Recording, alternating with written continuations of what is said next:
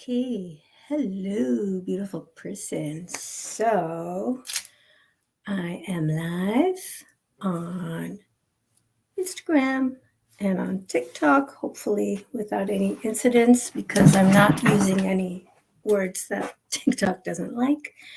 And also, of course, on Facebook and LinkedIn and Twitter. So, I'm grateful if you are watching me, and my name is Hadass, and I am a life coach and a well-being advocate, and I am here to talk about containing multitudes. What does that mean? It's interesting because it just so happens, and I wasn't even thinking about it, but this week's Parsha Torah reading is about Rebecca being pregnant with multitudes. Well, she only had twins, but she was not feeling so great, so she went to ask for help and was told that she has two nations in her belly. So there you go.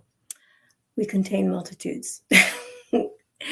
So anyway, if you're on live, I would love it if you would say hello, tell me where you're from. I've got various screens going, so I may or may not be able to respond right away. And I have to say that I'm getting some weird stuff from StreamYard with the background, but hopefully that will be okay. If you are seeing me on Facebook or LinkedIn or Twitter, and I would really appreciate it if you could tell me if my background's doing weird things. Because otherwise, I am just going to forge ahead because I'm sure you can hear me. Last week, I thought I couldn't be seen at all. Hello, person on TikTok. So, hopefully this background that I've got on StreamYard is not causing trouble. But anyway, I'm going to forge ahead and talk. So the quote, I contain multitudes, I am large, I contain multitudes, is a very well-known quote from the American poet Walt Whitman. He was a 19th century poet. He was an interesting guy, let's just put it that way. And he had some cool stuff going on. And he had this book called Leaves of Grass, which was a collection of his poems, which he apparently kept updating and publishing.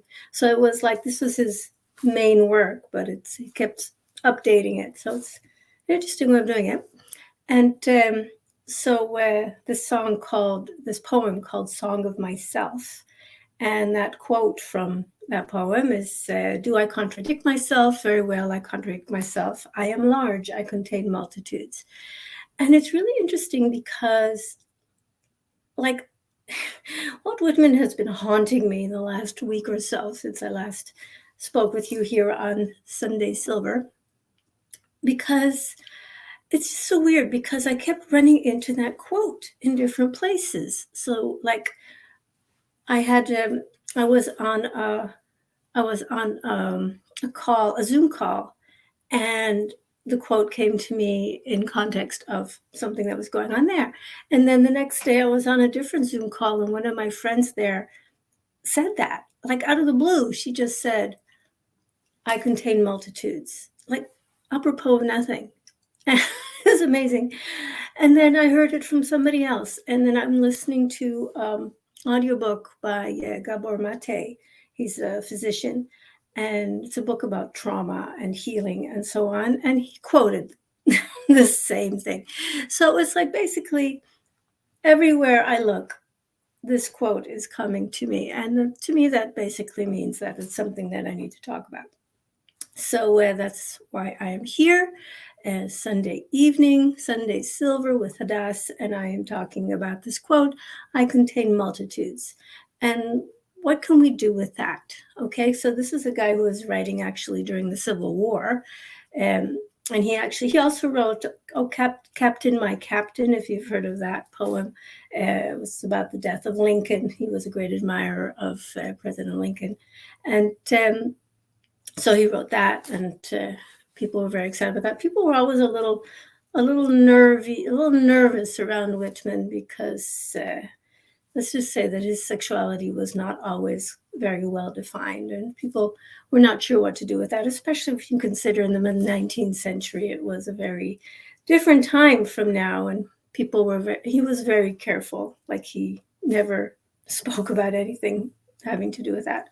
In fact, there's apparently one guy I was just reading biography, and this one guy who apparently in England who kept bugging him about it, and he just wouldn't say anything. It's interesting, but which is actually interesting in another way, because we are moving into a time, especially in the United States and the United Kingdom, but also in other places where LGBTQ people are finding that visibility can be very dangerous, because there are people out there who think that the LGBTQ people, especially trans people, just should die, just shouldn't exist. And so you see this shooting in Colorado Springs, just as an example.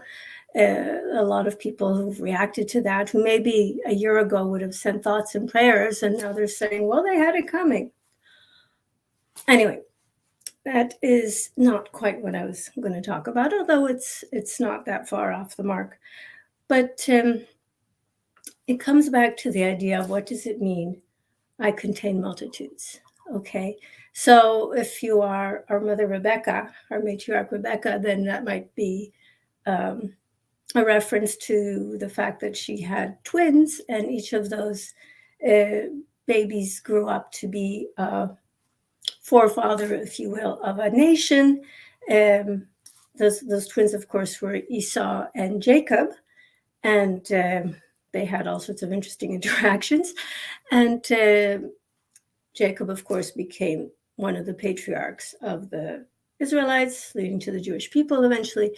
And Esau was the progenitor of a people called the Edomites, which is kind of interesting because they're not around anymore. But in Jewish tradition, the term Edomite came to be used for the Romans, it was code for Romans. Like, they would talk about the Edomites and they didn't like them. And really they meant the Romans. So it's kind of interesting how that kind of shifted. It's interesting because my rabbi is currently on a campaign to rehabilitate Esau, which I love. But because I do feel that Esau got a bit of a raw deal. But the fact remains that we are living in a time where a lot of communities have broken down. And of course, the pandemic had something to do with that, but it's not just that. I mean, when you're living in a time of constant stress and exploitation, and if you look back, for instance, the last time we had a pandemic was about 100 years ago, 1918, 1920. And at that time, they didn't have vaccines. They did have masks, and they wore them. They knew about quarantine.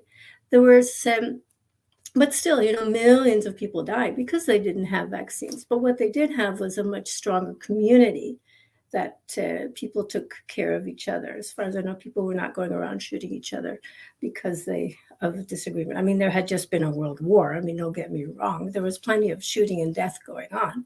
But it wasn't, I don't think it was quite, people weren't as selfish maybe as they are now. I mean, there were a lot of other things wrong with the Western world in 1918. As I said, there was a world war, and then there was another world war, and genocides happening, and all sorts of terrible things. There were all sorts of really stupid decisions taken between the two wars, which, maybe the Second War would have happened anyway, but it certainly wasn't helped by the Treaty of Versailles and stuff like that. I mean, punishing Germany did not go well.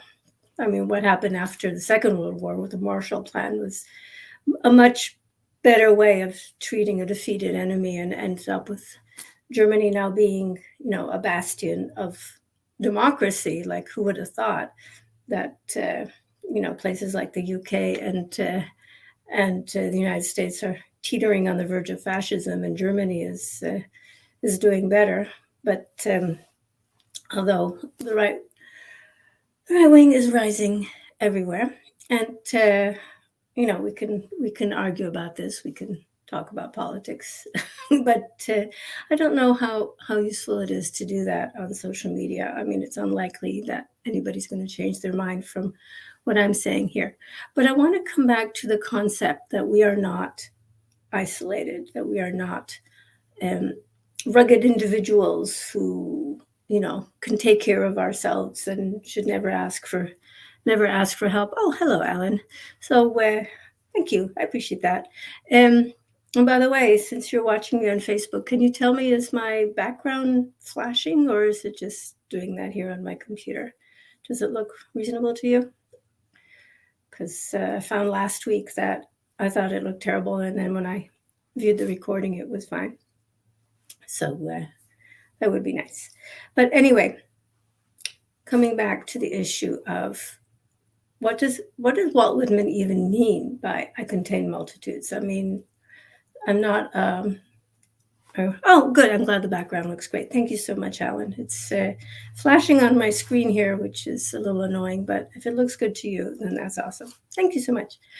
So I'm not, a literary professional here. I can't really give you an analysis of what Whitman might have meant by that.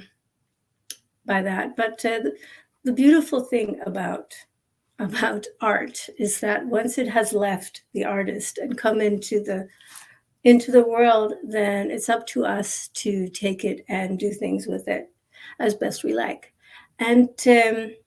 And so we can take this term and do with it whatever we want. And the thing is that it's about. Okay. Thank you, Nancy.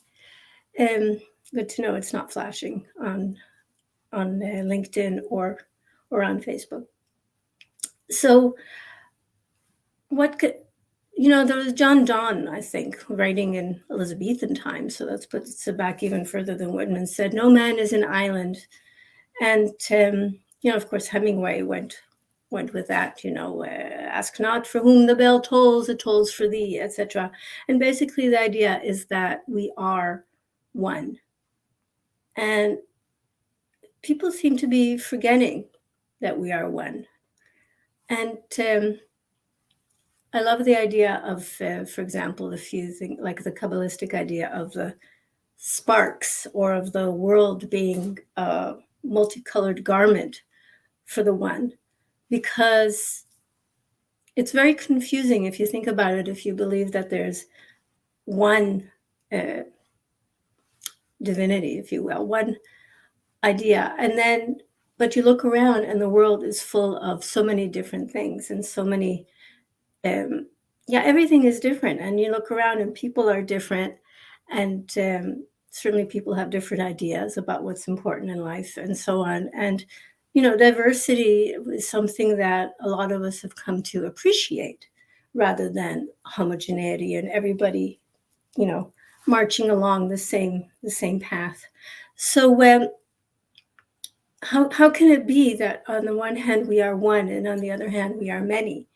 And we are many different things, and we have different color skin, and we have different colored eyes, and we have different religions, and we have different philosophies, and we have different cultures, and we like different foods, and so many different things, and yet we are one.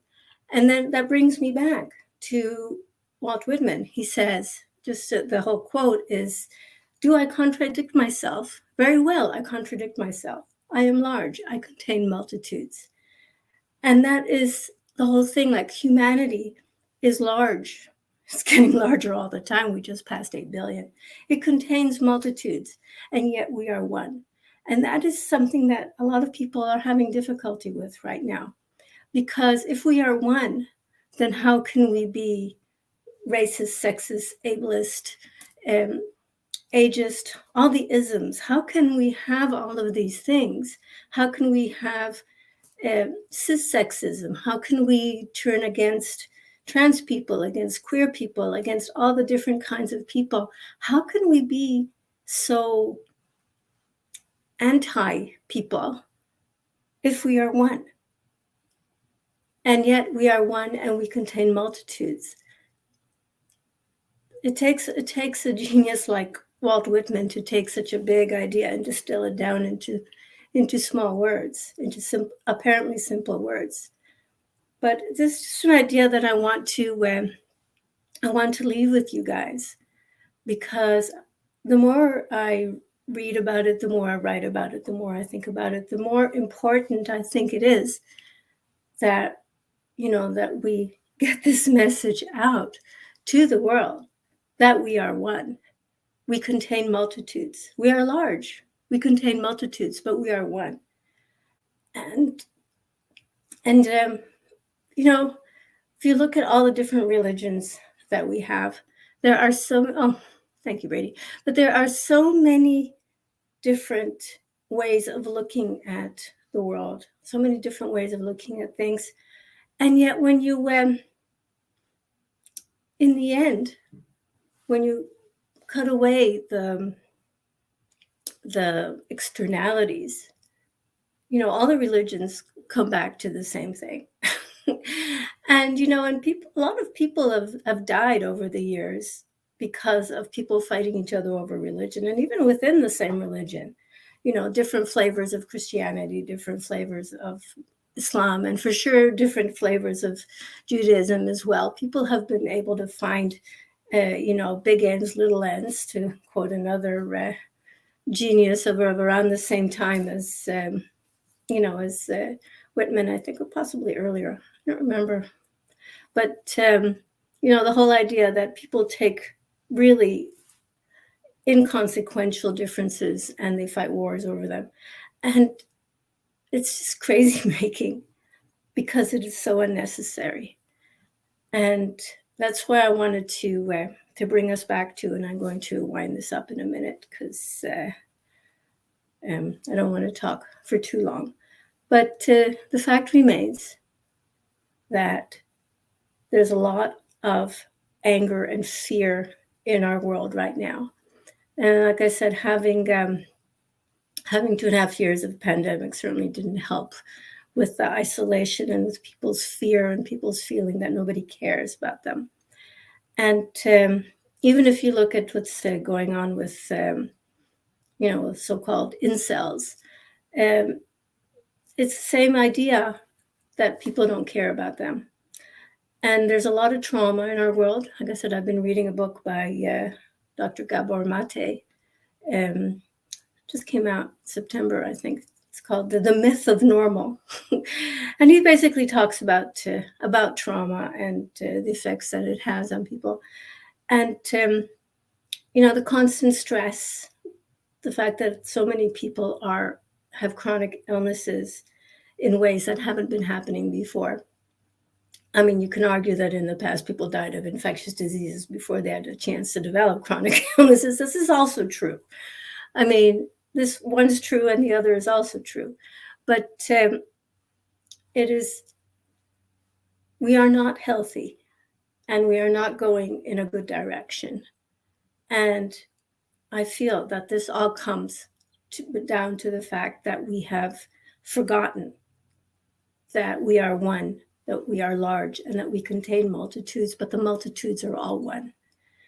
And that was really the message that I wanted to send tonight. So I'm going to, and I've been talking for almost 20 minutes, so that's plenty of talk.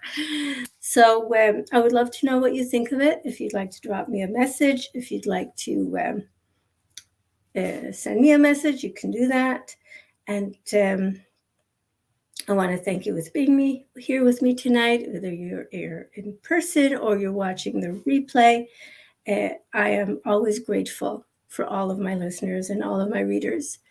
And I'll talk to you again next week. And I appreciate you very much. And you have a good night, wherever you are. Bye. Let's see. And broadcast.